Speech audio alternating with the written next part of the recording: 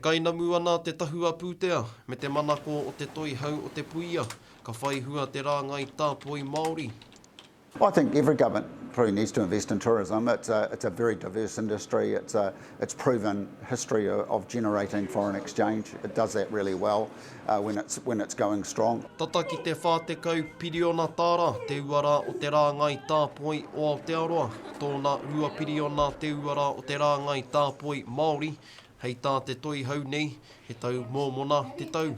No government needs to spend more money on tourism for no good reason.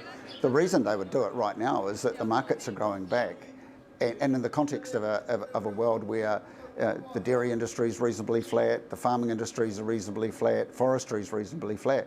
Tourism's not. Tourism's on the way back, and so you invest in good things that are going to produce some increased returns for your country, and I think tourism is one of those ones that can provide immediate returns. Ahakoa ngā taumahatanga o te kōwhiore, I tata kati ai ngā tatau o te puia, e rua tau ki muri, hei tā Tim e māro ana te haere. Obviously, we've had our really tough times with COVID, and obviously a lot of us couldn't operate. Now we're seeing the growth back, and I think it's time for the government to really invest into tourism to capture some of that growth in what is a really competitive post-COVID global market.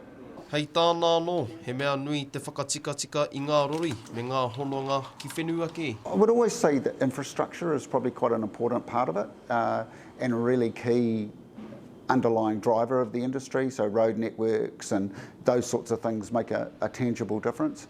But I'd also say if they were looking at further growth within the industry and how we can grow the industry in a really sustainable way, markets like, and emerging markets like India are probably where the government could play a strong role encouraging those airline services in from those kinds of growth market economies where we can see really positive steps forward as those markets evolve post-COVID.